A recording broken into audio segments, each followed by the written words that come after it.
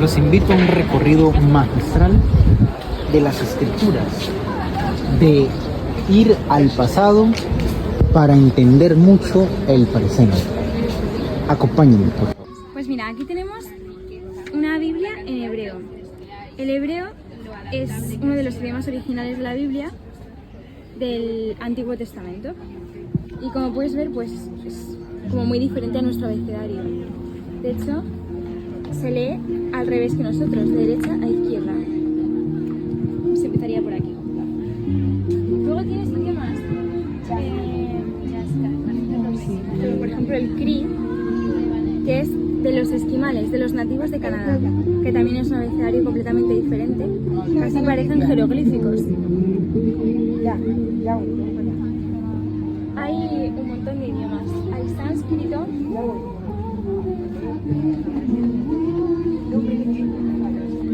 No sé si lo sabías, pero la Biblia es el libro más traducido y más vendido. ¿Alguna vez te has preguntado por qué? No. Esto es copto.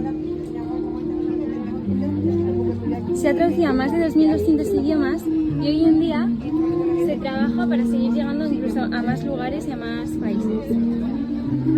Aquí tienes un mapa de traducciones y puedes comparar cómo en India, por ejemplo, hay un montón de dialectos, mientras que en Europa hay más.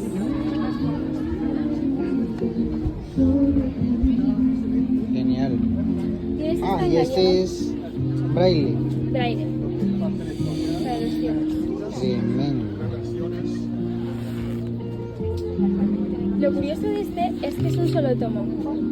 Y son 32 tomos de la Biblia completa. O sea, para que te hagas una idea, la Biblia completa en braille puede llegar a medir más de 2 metros de altura. El braille ocupa mucho espacio. Hoy en día hay dispositivos más prácticos, como pueden ser los audiolibros. Por ejemplo, este de aquí es un audiolibro. Aquí tiene la tarjeta donde se inserta la memoria de la Biblia. A ver si se puede abrir. Aquí se inserta. Y luego esto, mediante el sol, se puede cargar porque es una placa solar. De tal manera que en cualquier parte del mundo puedes tener acceso a la Biblia sin necesidad de tener electricidad. Aquí tienes una muestra de la Torá. ¿Sabes lo que es la Torá? Sí, he escuchado. La Torá es el Pentateuco, que son los 5 primeros libros de la Biblia. Y está en hebreo. Se encuentra en las sinagogas de esta manera porque se considera sagrado el texto y no se puede tocar. Entonces tiene como una manivela por la que se va pasando. Genial. ¿Y eso es qué? ¿Diferente tipo de Biblia? Esto es una lámpara antigua de aceite que se utilizaban antes durante la época de Jesús.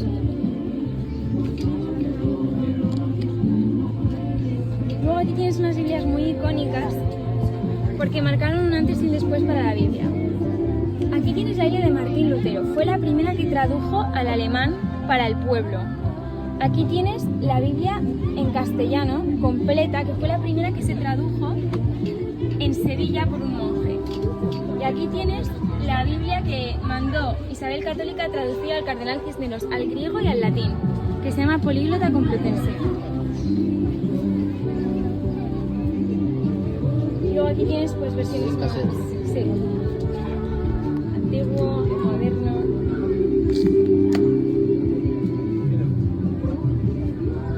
¿Y esas son Biblias, mini Biblias? Sí. Es una muestra de que la... Para los 7 enanitos o algo así. No. Es una muestra de que la Biblia en realidad es una biblioteca, no es un libro, ¿sabes? ¿Y ese cuerno? Este es un cuerno que está aquí de exposición porque es como... forma parte de la antigüedad, ¿sabes? Si quieres puedes probar a tocarlo. ¿Sí? Esto de aquí son las ánforas de Qumran. Se muestra el texto en hebreo que se encontró de Isaías en el año 1947. Y es muy especial porque este manuscrito apareció cuando se estaba intentando desacreditar la Biblia, en una época en la que las teorías darwinistas empezaban a salir, etc. Y fue un descubrimiento accidental, supuestamente accidental, porque se lo encontraron unos pastores y lo vendieron, y se dieron cuenta unos arqueólogos de que eran manuscritos que databan del siglo III a.C.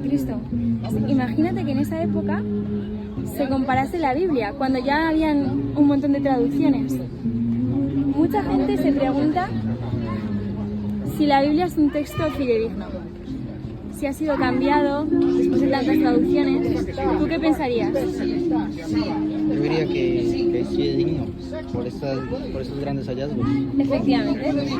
El segundo inmobiliario que podemos mirar es el Arca de Noé, ya que nuestra guía nos explicó de una manera magistral en los primeros puntos. Ahora vamos a entrarnos en este maravilloso mueble.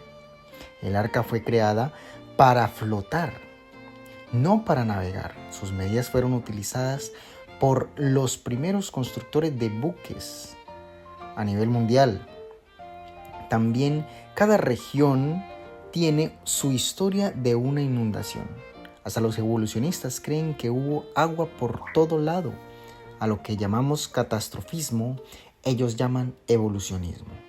Es una historia digna de analizar, y más en aspectos espirituales, ya que Jesús dijo que para su segunda venida estaremos como en los tiempos de Noé. Cada detalle, cada punto interesante de esta historia es digna de estudiar y meditar. Aquí tenemos el arca como era en sus medidas. Ahora nos centramos con el santuario. Cuando Dios le dijo a Moisés que hiciera un santuario, dijo conforme a las medidas del modelo original o celestial. Esto quiere decir que en el cielo existe un santuario. No sabríamos con exactitud cómo es, pero sus significados y simbolismo es importante para entender el plan de salvación, el sacrificio, el lavacro que tenía los espejos. La ley representa el espejo en el cual nos vemos para que Él nos muestre cómo estamos sucios de pecado. Cada detalle de ese santuario nos da un mensaje maravilloso. Incluso cuando el sacerdote debía cambiar la mecha del candelabro, una en la mañana y otra vez en la noche, eso si lo aplicamos sabiendo que el aceite es el Espíritu Santo y nosotros luz, necesitamos fortalecernos espiritualmente una vez en la noche antes de descansar, y cuando nos despertamos, pues también fortalecernos espiritualmente. El atrio, el lugar santo, el lugar santísimo donde solo entraba el sumo sacerdote, todo es el plan que Dios le dio al pueblo de Israel para que entendieran cómo era el proceso de Cristo para salvarnos y cómo sería en el santuario celestial cuando resucitara. Cristo representaba el cordero que debía morir por el pecado y luego se convertiría en nuestro sumo sacerdote, nuestro abogado para con el Padre. Y aquí está nuestro sumo sacerdote. Si alguno peca, abogado tenemos para con el Padre. Pues Cristo es el sumo sacerdote que está en este momento intercediendo por nuestros pecados. Y esta es el arca del pacto a niveles ya un poco más grande. Lo mirábamos ahora en miniatura. El arca del pacto, allí estaba la Shekinah o la presencia de Dios.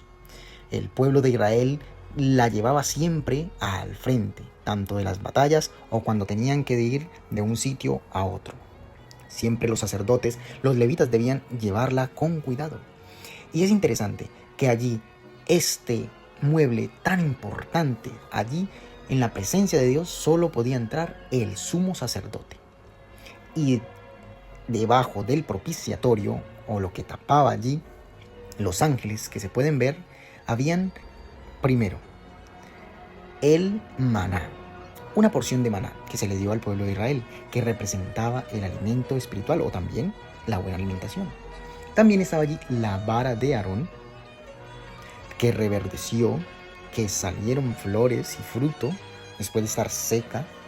Es un milagro esto, que representa la vida, la resurrección. Y también estaban los 10 mandamientos, lo único que el Padre escribió con su dedo, lo único que está registrado en la Biblia que Él escribió, estaba allí. Los 10 mandamientos que están en Éxodo 20 y también que están en Deuteronomios capítulo 5.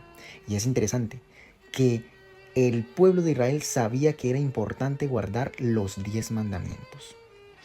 Y también el rey Salomón, el hombre más sabio, dijo: pues el fin del discurso es este: teme a Dios y guarda sus mandamientos. Y en Apocalipsis también nos dice, Apocalipsis 12 y en Apocalipsis 14, cuando leemos, dice: he aquí la paciencia de los santos, los que guardan los mandamientos y tienen la fe de Jesús.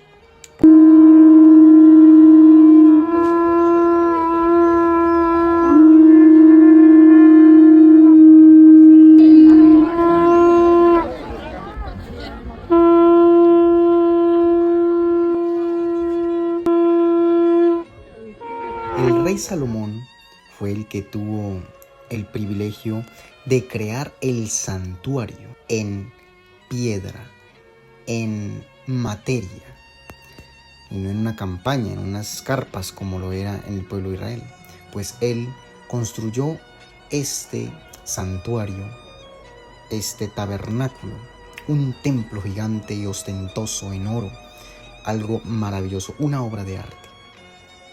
Aunque se han esforzado por decir que quieren reconstruir otro templo, pero aún no sabemos qué pasará.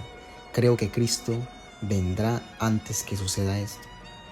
Pero lo que sí sabemos es que Cristo, el templo que destruyeron, pero que fue reconstruido en 3 días, fue coronado con una corona de espinas, azotado, con clavos grandes, lastimado sus manos. Pero su gran poder no pudo ser contenido en una tumba. Fue puesto en esa tumba y a los 3 días resucitó. Clavado en la cruz, murió por nosotros como ese cordero que debía ser degollado, sacrificado por el perdón de los pecados. Y asimismo, como resucitó, como fue al cielo, vendrá por segunda vez, y todo ojo le verá, del oriente hasta el occidente, por todos los que se estén preparando para ir a vivir por la eternidad con Él, en un lugar donde ya no habrá más llanto ni dolor, donde habrá tierra nueva y cielo nuevo. Entonces se limpiará toda lágrima de nuestros ojos.